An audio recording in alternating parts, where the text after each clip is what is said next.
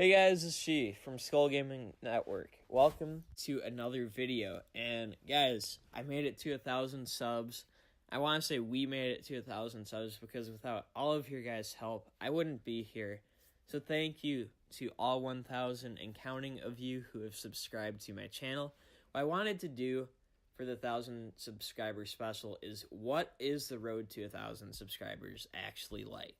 Well, I wanted to do this. A lot of YouTubers will say hashtag road to 1,000 subs in their titles as they're approaching it.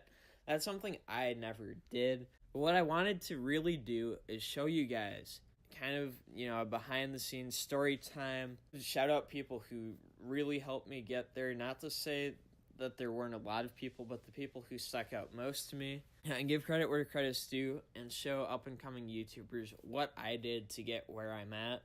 First off, how I found out I had 1,000 subs was Team Furious, who asked for a shout out after the fact. That kind of irritates me, guys. But you know what? It's how I found out I had 1,000 subs, so he was making the video either way. Yeah, as we start the story, I'm going to throw back to, I want to say 2011 or so. There's this website called NFL RZ, or NFL Rush Zone. It was a website where you could run around with an avatar, interact with people, and it was sponsored by the NFL. So your avatar could wear NFL gear. Everyone there was football fans. The reason I'm Skull Gaming Network, I'll get to in a little bit, but it ties back to me being a Vikings fan. So certainly, starting on a football side, it would only make sense. Now, in terms of why do I bring this up, some of my earliest supporters, good friends to this day in this online gaming community have come from that. There's Mangan Gaming, there's Graham Plays. Both of them I met through this NFL Rush Zone site. They were some of my earliest supporters. I used to do a bunch of collabs with them. I'm hoping to do collabs with them in the next little bit. By the next little bit, I mean the next week or two. Yeah, they definitely deserve shout-outs supporting me from day one. Both of them, but especially Graham Plays, were active on YouTube before I got into it. So in terms of kind of watching what they did with their content, it gave me at least some idea of what I should do with my content. Now, NFL RZ, or the NFL Rush Zone website, they shut it down. They got rid of walking avatars, and then the website just died. That being said, we stayed in touch through Facebook. We tried leagues on different websites. We made a couple just like joke videos. I had fun with it, but it wasn't too serious. Skip ahead to early September 2016. And a couple of other friends I had from that community that I haven't mentioned yet, but want to mention now. One is Slice, the other is Lead. All of us played Madden Mobile at the time. We were all into sniping cards on the auction house, trying to flip a profit. At the time, they were both, trying to sell coins, and I wasn't necessarily trying to sell coins, but I was at the point where I didn't object to it as much as I used to. And what if we started a coin store? Thinking like a business idea. I'm going, okay, if we start a coin store, here's some problems. 1, we need a customer base. 2, we need money to start up a coin store. We need to, buy a domain name. We might have to pay a little bit for some widgets to get a website that's legit. We might have to spend a little bit on advertising. And then a point they made too, which was a good point, if you've bought from coin sites, and I haven't bought from a coin site, following accounts of different coin sites, you need to have money to buy coins so you can flip the coins for a profit, but also so you always have coins on hand. I'm saying, okay, what if we start a YouTube channel for this? The reason being, at the time, you could make ad revenue. That ad revenue, we could reinvest directly into this business. The YouTube channel would grow a customer base in whoever followed us. So that's 2 birds with 1 stone. And what we'd do is we'd post sniping compilations, so our YouTube channel would show us making the coins. Well, when push comes to shove, when it comes to actually doing this, these guys are like, oh no, we don't actually want to do this at the time. You start the YouTube channel, and if we want to do it, we'll join you later. So to the point of why am I Skull Gaming Network? Well, Skull, I'm a Vikings fan.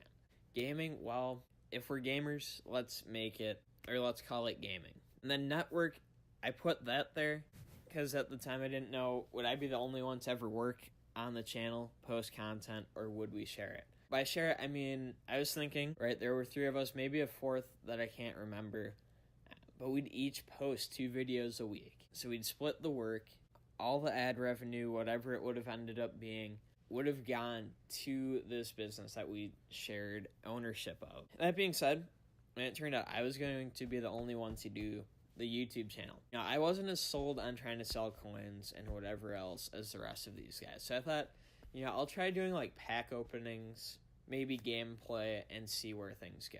My setup when I first started, I plugged my phone into my old laptop. I recorded my screen to QuickTime on my computer. My computer was old. It didn't have the capacity to record complex graphics for multiple minutes, so it was a lot more pack openings or very short gameplays. And that was the case for a while. Now, my channel, it started off slow. If we look at videos, my first posted video was published on September 27th, 2016. It was an NBA Live pack opening. I didn't even know that the mic setting I had recorded the game audio instead of my audio. Candid confessions of being new to YouTube. I posted it. I just let it sit there. It got 32 views. I think in terms of how many it got right away, it got around 20, which for a first video on YouTube is not bad. But after that, I took like a week and a half before I put up my next video. I did a Guess Who. Got 43 views. And then looking back on where I went from there, I was posting videos every day or 2. I was doing like Madden skills challenges. I did Top Skate. That actually got a lot of views. Yeah, I was doing collabs both with Mangan Gaming, who at the time was Amped, and with Graham Plays. That's definitely part of why I shouted them out. I did some football highlights from Vikings games I had been to. The first time that videos of mine went big was the Tom Brady Timeline series. Now what this was, it was a series of live events around Tom Brady. There's a special Tom Brady Timeline card in Madden Mobile 17. It wasn't the greatest card. I think it was just the fact that 1, it was Tom Brady, and 2, I was one of the only YouTubers to actually do this timeline series through. Post all of my gameplay to YouTube. Did relatively well. I certainly gained some subs from that. My Madden videos did better for a while.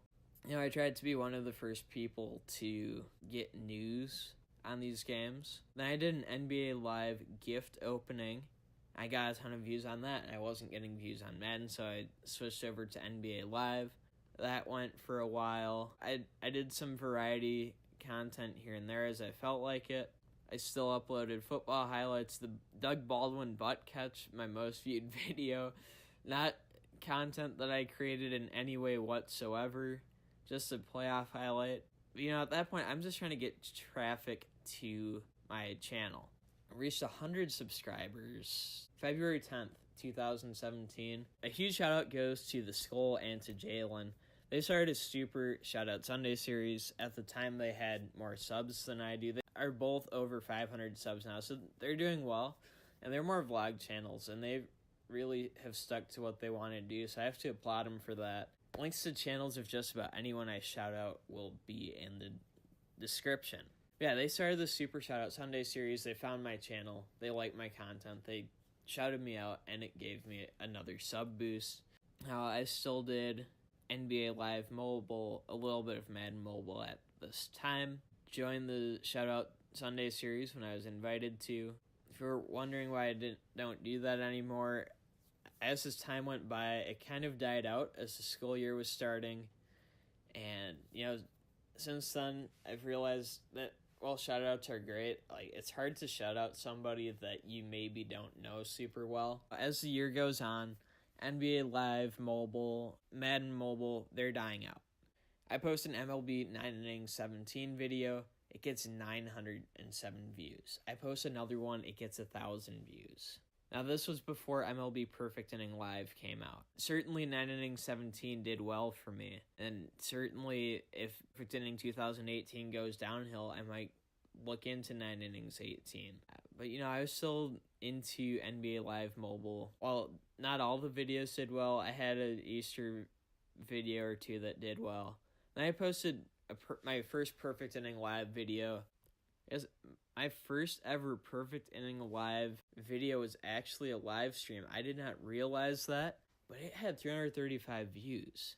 I kind of was still going with the NBA Live theme. Then I posted a pack opening for Perfect Inning Live, and it got a couple hundred views really quickly, and I went, wow, there's a fan base for this game. And I think this was one of the first videos where I had somebody comment without me saying, like, hey, I want you to comment. And I remember that person was Ken Sosa 7. He started at Notification Squad for me. I haven't promoted it as much recently, but a shout out goes to Ken Sosa. Not every video that I posted was necessarily the greatest video, but if I look at it, right, I started posting them every couple days. They significantly outperformed any of my non-Perfect Inning Live videos. I started to look at the community. There weren't very many people posting it, right? So I post the game. My channel starts growing. Throughout the summer, I just did Perfect Inning Live. Not every video did well, but if there was a video that didn't do well, there were 3 or 4 or 5 that did very well. I did gameplay with viewers. I want to bring that back. Once the summer starts, I should have more time to bring back gameplay against viewers. It's something I miss, something I want to bring back, certainly. Now, at the time, I was posting them every other day. I'll probably post 1 or 2 a week when I get back to it. Yeah, that was great. It interacted with the community. That's part of why I want to bring it back. Sub count grew steadily throughout the summer. Then the winter hit, and it was the off season. Just honestly kind of rough to keep supporting MLB Perfect Inning Live. Now, I had mixed in Madden Mobile for a little bit with the new game. Alright, so this off-season hits. My videos are still doing reasonably well.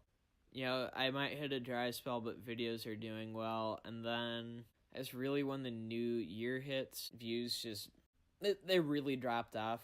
It was never too much about the views, but when you see a viewership that once was there and then is gone, it makes you kind of question what you want to do with YouTube. At the same time, with the Logan Paul controversy, I had monetization. I lost it. With 1,000 subs, I should be getting it back.